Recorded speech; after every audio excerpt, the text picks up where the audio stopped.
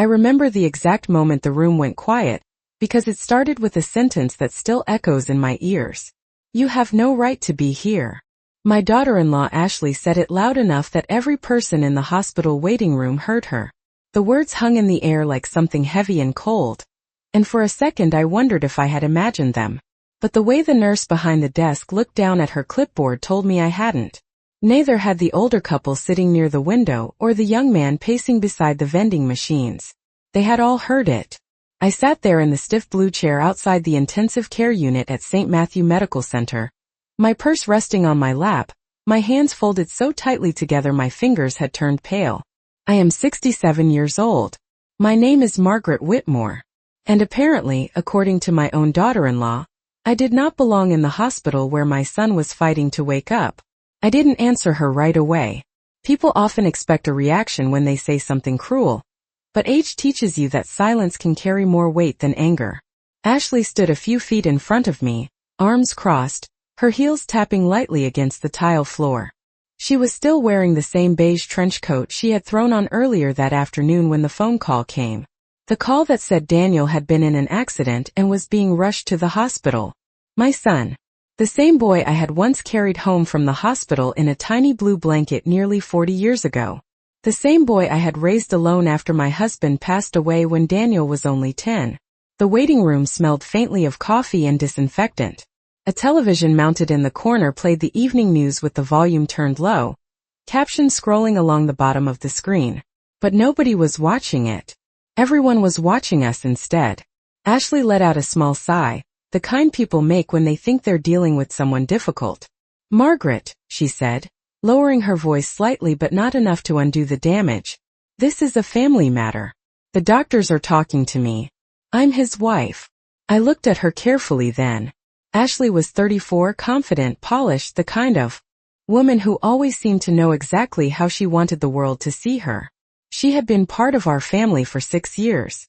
Long enough to know the story of how Daniel and I survived those early years together.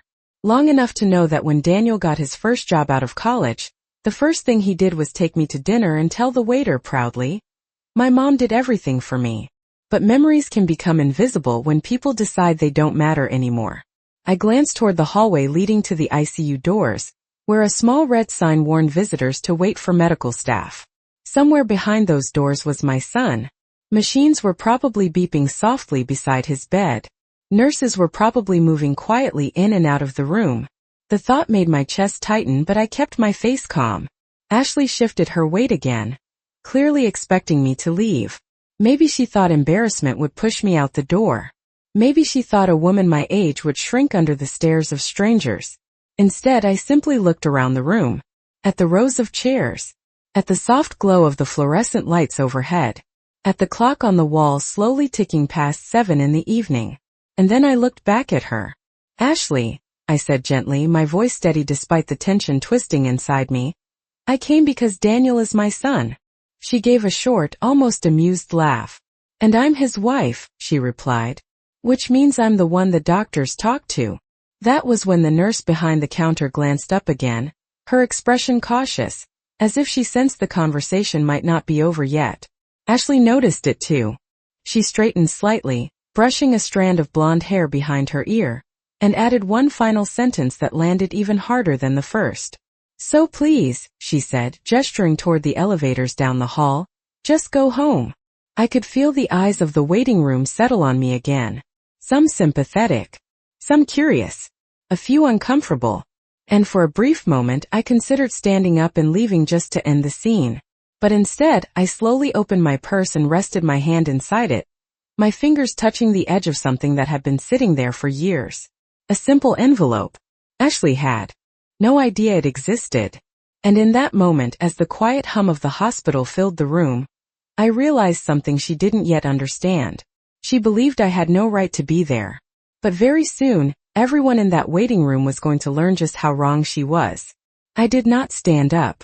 I did not reach for my coat. Instead, I kept my hand resting calmly inside my purse, my fingers lightly touching the edge of the envelope while Ashley waited for me to obey her. The room felt unusually quiet, the kind of quiet that only happens in hospitals late in the evening when people are too worried to speak. Somewhere down the hallway a cart rolled across the floor with a soft rattling sound, and the television in the corner continued flashing silent headlines that nobody was paying attention to. Ashley glanced toward the elevators again as if expecting me to start walking in that direction, but when I did not move she let out a slow breath through her nose. "Margaret," she said, this time sounding a little sharper. "I am serious. The doctors will be updating me about Daniel. There is no reason for you to stay here." I lifted my eyes to meet hers, studying her expression carefully. I noticed the tension around her mouth, the way she kept checking her phone even though it had not buzzed. She looked confident, but there was something else underneath that confidence. Something restless. I had lived long enough to recognize when someone was trying too hard to control a situation. "I understand you are worried," I said quietly. "We both are." Ashley gave a short laugh again, but this time it sounded less amused and more impatient. "That is exactly my point," she replied. "I am his wife. The hospital staff talks to the spouse first." A few feet away, the older couple near the window exchanged a glance, clearly pretending not to listen while listening to every word. I could feel the attention in the room shifting back and forth between us like a slow current. I folded my hands again on top of my purse and leaned back slightly in the chair. My body felt tired from the long drive to the hospital, but my mind was very clear. "Ashley," I said gently, "when the call came this afternoon, Daniel was the one who asked them to contact me." Her eyes narrowed slightly. "That is not what the nurse told me," she said quickly. "They called me because I am his emergency contact." I nodded once. "Of course they called you," I replied. "You live with him." For a moment neither of us spoke. The clock on the wall ticked forward another minute. The nurse behind the front desk shifted a stack of paperwork, glancing up briefly before looking down again. Ashley stepped closer to me, lowering her voice so that only the people nearest to us could hear. "I do not want to make a scene," she said, although the scene had already been made. "But this is stressful enough without extra complications." I noticed the way she chose that word. Complications. As if I were some kind of inconvenience that had wandered into the wrong place. I slowly removed my hand from inside my purse but left the envelope where it was. Not yet, I thought. The right moment had not arrived. Instead I rested both hands calmly on my lap. "Daniel would want both of us here," I said. Ashley shook her head immediately. "You do not know that." That sentence stayed in the air between us longer than the others. "You do not know that." It was strange hearing those words from someone who had only known my son for a small portion of his life. I remembered Daniel at 12 years old, standing in the kitchen on a stool because he was too short to reach the counter, trying to cook scrambled eggs for me on my birthday. I remembered him at 17, nervously asking if he could borrow my car for his first date. I remembered the day he graduated from college, hugging me so tightly outside the stadium that I could barely breathe. But Ashley did not see those memories. She only saw the woman sitting in the chair across from her. The woman she believed had no place in the room. Ashley crossed her arms again and straightened her posture, as if she had finally decided she was done negotiating. "I am going to speak with the doctor as soon as they come out," she said firmly. "And after that I would really appreciate it if you went home." I watched her for a moment before answering. "Ashley," I said quietly, "you seem very certain about how this evening will go." She looked almost relieved, as though she thought I had finally accepted her authority. "Yes," she replied. "I am." I nodded slowly, my expression calm. "That is interesting," I said, glancing briefly toward the hallway where the intensive care doors remained closed. Then I looked back at her and added in the same steady voice, "Because the truth is, there is something about this situation you do not know yet." Ashley frowned slightly. "What are you talking about?" she asked. I rested my hand gently on my purse again, feeling the envelope still waiting inside. "You will find out soon enough," I said. I could see the confusion settle across Ashley's face the moment I said that. It was subtle at first, just a small crease between her eyebrows and the way her shoulders stiffened slightly, but it was there. For someone who had been so certain only seconds earlier, uncertainty was clearly not something she liked. She looked at me carefully, trying to decide whether I was bluffing or simply being stubborn. "What exactly is that supposed to mean?" she asked after a moment. Her voice was still controlled. but the confidence inside it had begun to thin. I did not answer right away. Instead, I looked down briefly at my purse again, then back toward the hallway leading to the intensive care unit. The doors remained closed, and the quiet hum of hospital activity continued behind them. Somewhere a monitor beeped faintly through the wall. The sound reminded me again of why we were all sitting here in the first place. Daniel was only 38 years old. 38 was far too young to be lying in a hospital bed, while doctors worked to stabilize him. I took a slow breath before speaking again. It means, I said calmly, that there are things about Daniel's life you may not have known. Ashley folded her arms tighter across her chest. I know my husband very well, she replied quickly. I nodded gently. I believe you do, I said. But people carry different parts of their lives with different people. The older couple near the window shifted slightly in their chairs. Even the young man near the vending machines had stopped pacing and was pretending to scroll through his phone while clearly listening. Hospitals have a way of turning strangers into quiet witnesses. Ashley let out another impatient breath and brushed her hair behind her ear again. Margaret, if this is some kind of attempt to stay here longer, it is not necessary, she said. You can visit Daniel tomorrow when things are more stable. I noticed the way she said visit, as if my presence in his life had been reduced to something occasional and polite. But I did not correct her. Not yet. Ashley, I said softly, how long have you and Daniel been married now? She frowned slightly at the question. 6 years, she answered. You know that. I nodded again. 6 years, I repeated. That is a meaningful amount of time. Then I paused briefly before continuing. But Daniel and I have known each other for 38 years. Ashley shifted her weight again. That does not change the fact that I am his spouse, she replied. Which means the hospital staff will speak with me first. I tilted my head slightly, considering her words. They might, I said. But sometimes situations are a little more complicated than people expect. Ashley stared at me, clearly trying to decide whether I was simply being difficult or hinting at something real. Her phone buzzed softly in her hand, but she ignored it. You are being very vague, she said. If you have something to say, you should just say it. I met her gaze calmly. Not yet, I replied. She opened her mouth as if to argue again, but before she could speak, the doors down the hallway finally opened. A doctor in light blue scrubs stepped into the waiting area holding a tablet in one hand. The nurse behind the desk immediately stood up, ready to assist if needed. Ashley straightened quickly, all of her attention snapping toward the doctor. I could almost feel the energy change in the room.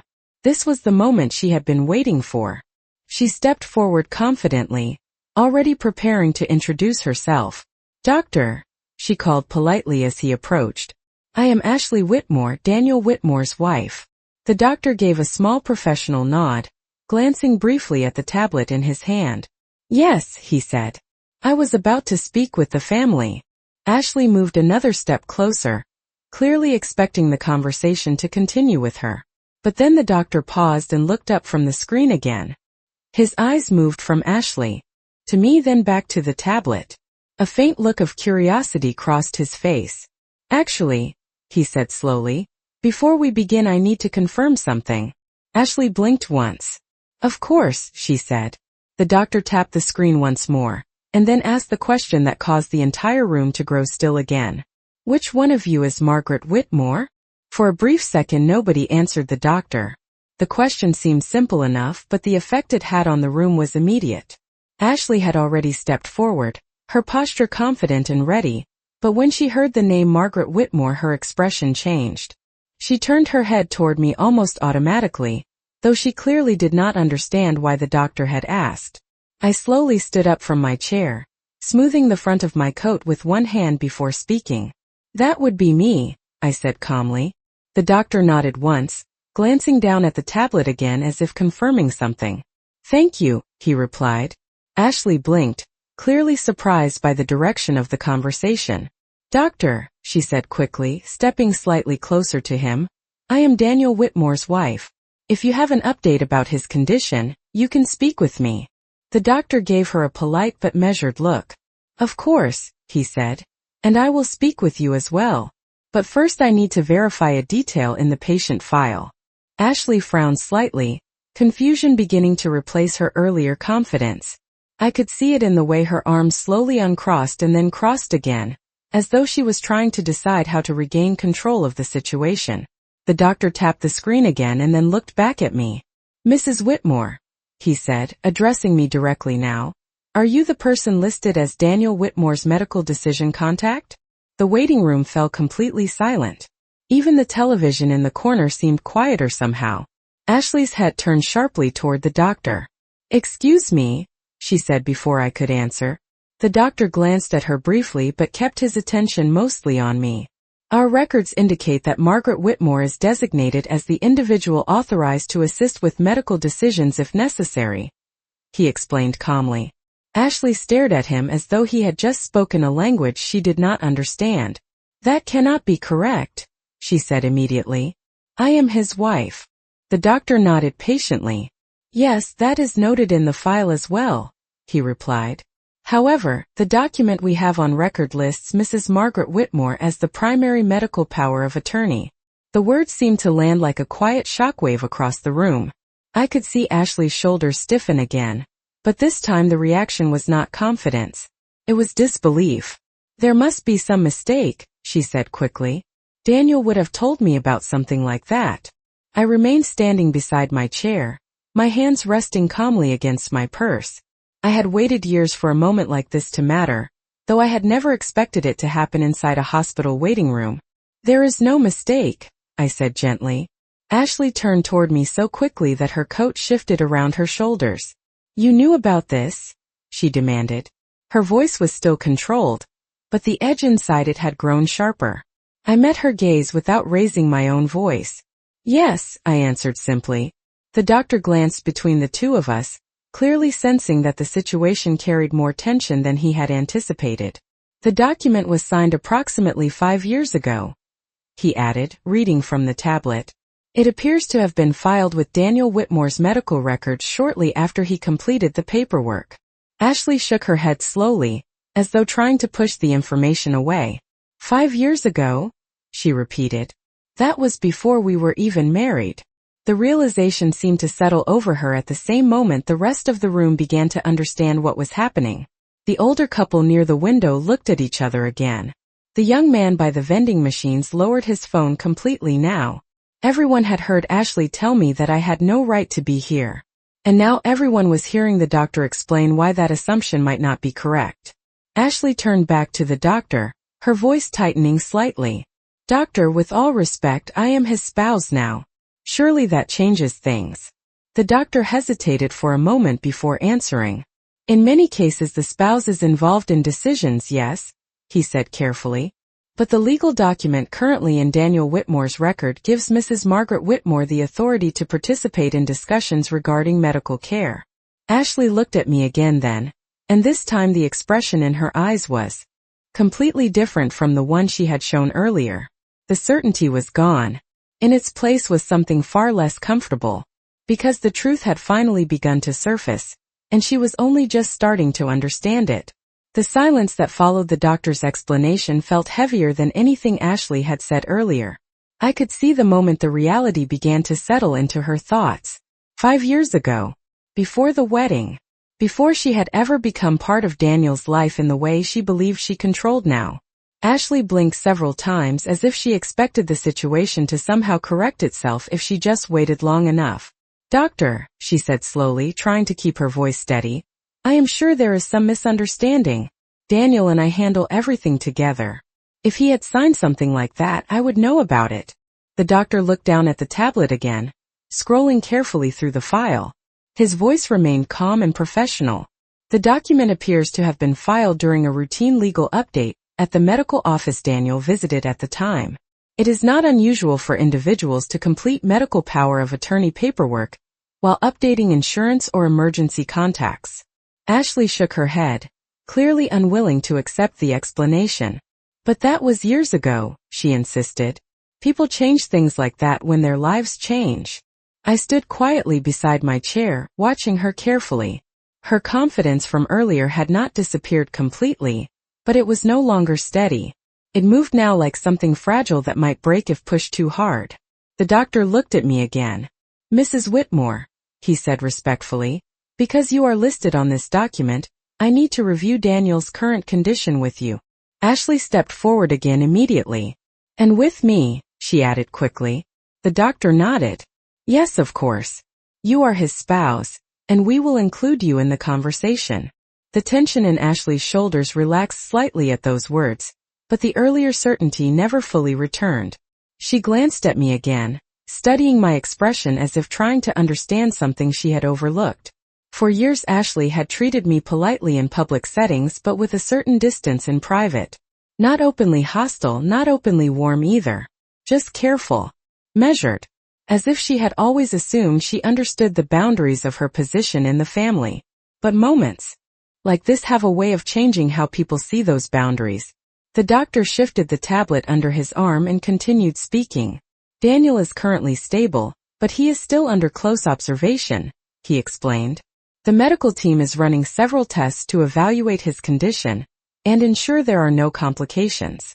At this time he is resting, and we are monitoring his response closely.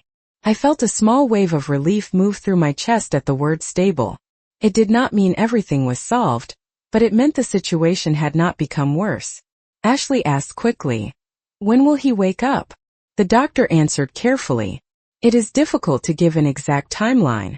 Some patients respond within hours, while others need additional time to recover. The important thing right now is that he is receiving the care he needs." Ashley nodded slowly, though her attention seemed divided between the doctor's explanation and the earlier discovery about the document. Finally she looked directly at me again. "You never mentioned this before," she said quietly. It was not an accusation exactly, but it was not a friendly question either. I answered calmly. There was never a reason to. She held my gaze for several seconds, clearly searching for something in my expression. Perhaps she expected me to look proud or satisfied. But the truth was simpler than that. I had not come to the hospital to prove a point. I had come because my son was inside that building. The doctor cleared his throat gently, bringing the focus back to the medical discussion. There may be some decisions to make later depending on how Daniel responds to treatment, he said. For now the most important thing is patience. Ashley nodded again, though her earlier authority over the situation had noticeably faded. I could see it in the way she stood slightly farther back than before, no longer blocking my path to the conversation. The waiting room had witnessed the shift as well.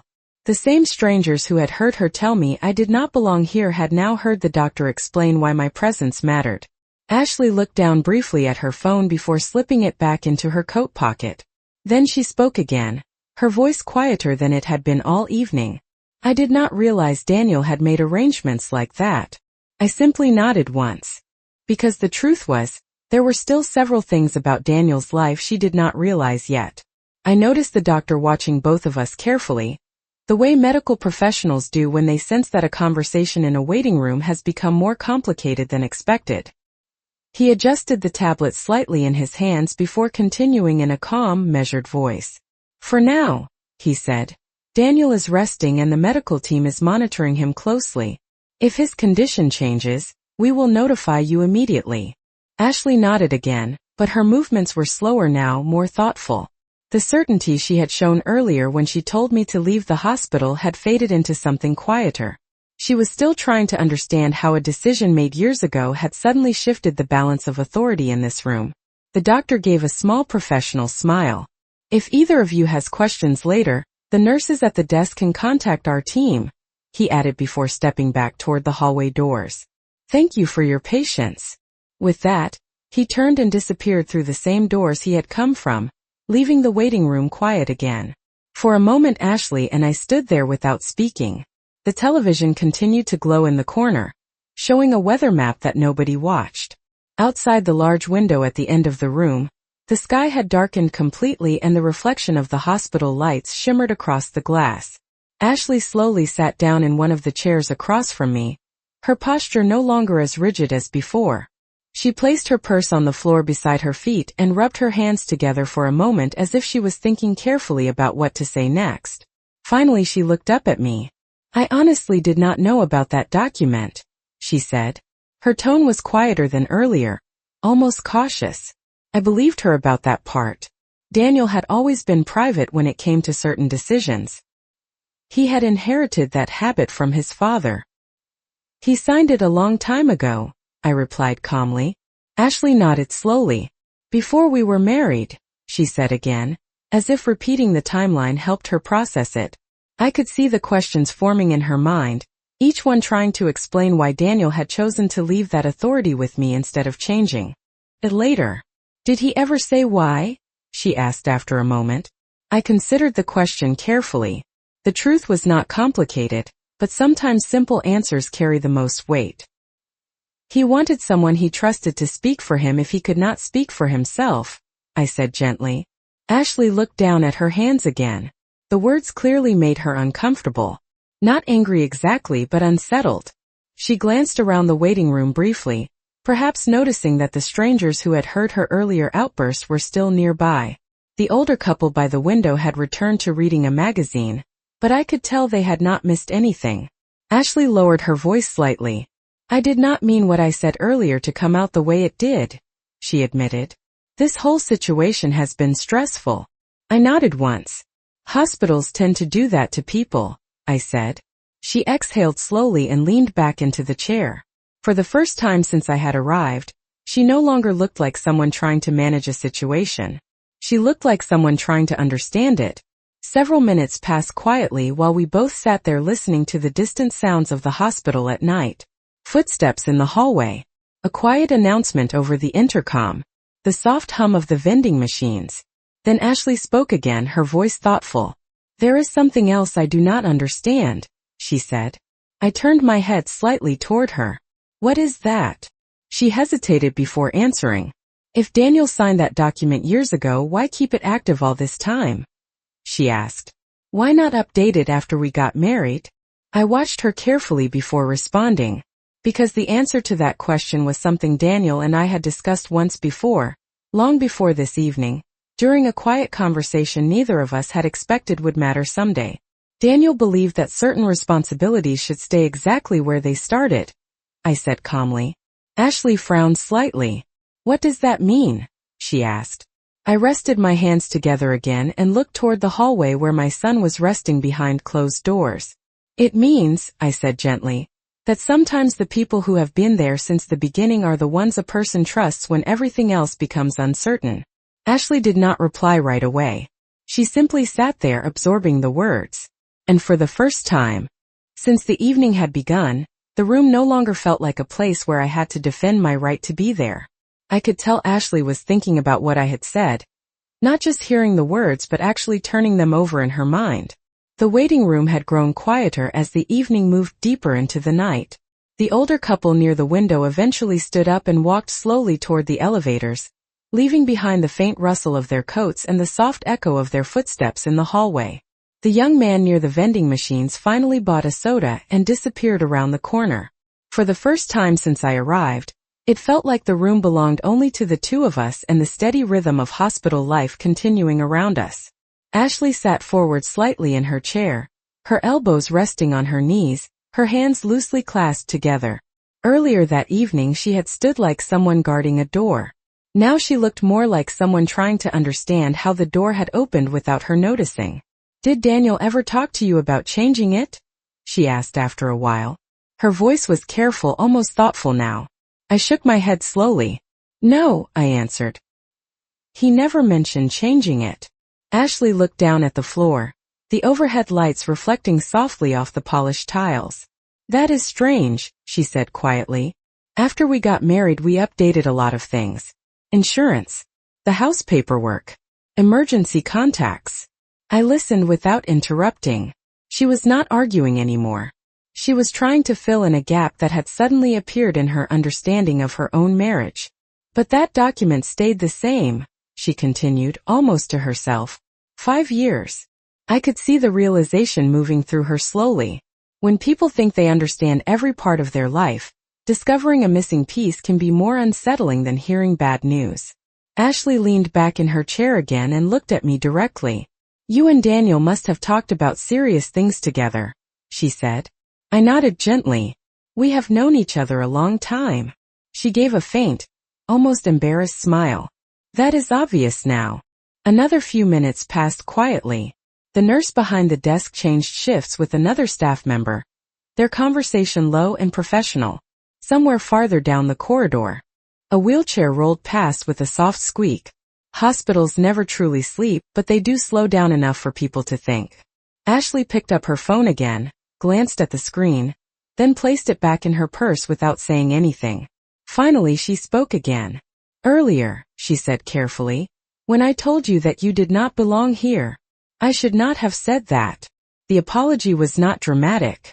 It did not come with tears or raised voices, but it was sincere in the way people sound when they realize they have spoken too quickly. I looked at her calmly. You were worried about Daniel, I replied. People say many things when they are worried. She nodded once but did not seem entirely satisfied with that explanation. Still, she said, it was not fair. I did not respond right away. Instead I watched the hallway again, waiting for any sign that a nurse or doctor might return with new information. Ashley followed my gaze and then spoke again, this time with more hesitation. Margaret, she said, there is something else I should probably ask. I turned slightly toward her. What is that? She hesitated before continuing. When Daniel signed that document, did he tell you why he wanted you to have that responsibility? I considered the question carefully. The conversation Daniel and I had shared years ago had been simple at the time, almost casual, but the meaning behind it had always stayed with me. Yes, I said quietly. Ashley watched me closely. And, she asked. I took a slow breath before answering. He said that if something ever happened and decisions needed to be made, he wanted someone who remembered every part of his life to help make them. Ashley blinked once. Every part. I nodded gently. The beginning. The struggles. The years before everything became comfortable. She looked down again, absorbing the words. I guess that makes sense, she admitted softly. Then she paused before adding something that sounded almost uncertain. But I thought I knew everything important about his life. I met her gaze calmly before replying. Sometimes, I said quietly, people believe they know everything because no one has given them a reason to look deeper. Ashley did not answer immediately. She simply sat there thinking. And in that moment it became clear that the evening had already changed something between us, even before. Daniel opened his eyes. The waiting room felt different now than it had earlier in the evening. The sharp tension that once filled the air had slowly softened into something quieter, something more reflective. Ashley sat across from me. Her posture relaxed in a way I had not seen before. She was no longer trying to control the situation or decide who belonged there. Instead, she seemed to be thinking about the conversation we had just shared, turning over memories and questions that perhaps she had never considered before. The clock on the wall showed that nearly an hour had passed since the doctor last spoke with us. Outside the tall window at the end of the room, the parking lot lights cast long reflections across the glass. Inside the hospital, the night staff had fully taken over, and the atmosphere carried that steady calm that only exists after visiting hours have ended. Ashley finally broke the silence again. You said Daniel wanted someone who remembered every part of his life, she said slowly. I guess I never thought about what those earlier years were like for him. I nodded gently. Most people do not, I replied. When life looks comfortable from the outside, it is easy to forget the path that led there. Ashley studied the floor for a moment before speaking again. He mentioned that his father passed away when he was young, she said. But he never talked about it very much. The memory surfaced in my mind immediately.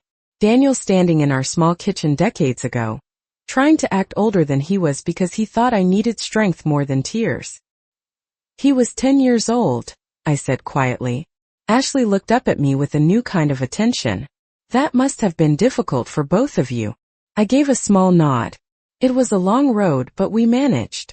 The conversation paused again, not out of discomfort but out of thoughtfulness. Ashley leaned back slightly in her chair and folded her hands in her lap. I think I understand now, she said after a while. Not completely, but more than I did earlier. I met her eyes calmly. Understanding often arrives slowly, I replied. She let out a small breath that almost sounded like relief. I really believed I knew everything important about Daniel's life, she admitted. But tonight I realized there were pieces of the story that happened long before I was part of it. I listened without interrupting. This was not a moment for correction or judgment.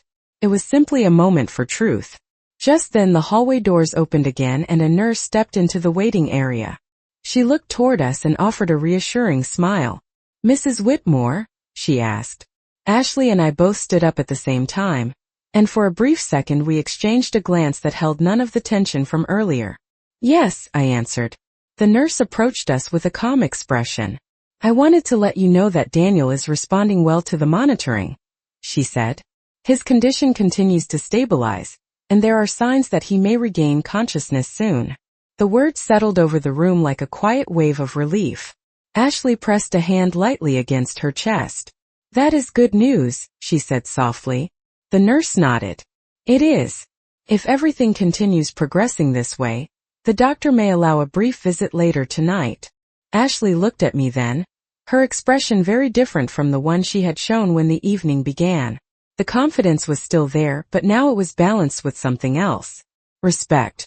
"You should go in first," she said quietly. I blinked once, slightly surprised by the suggestion. "Why?" I asked. She gave a small, thoughtful smile. "Because you have been part of his story from the very beginning," she answered. The nurse watched the exchange with quiet patience before speaking again.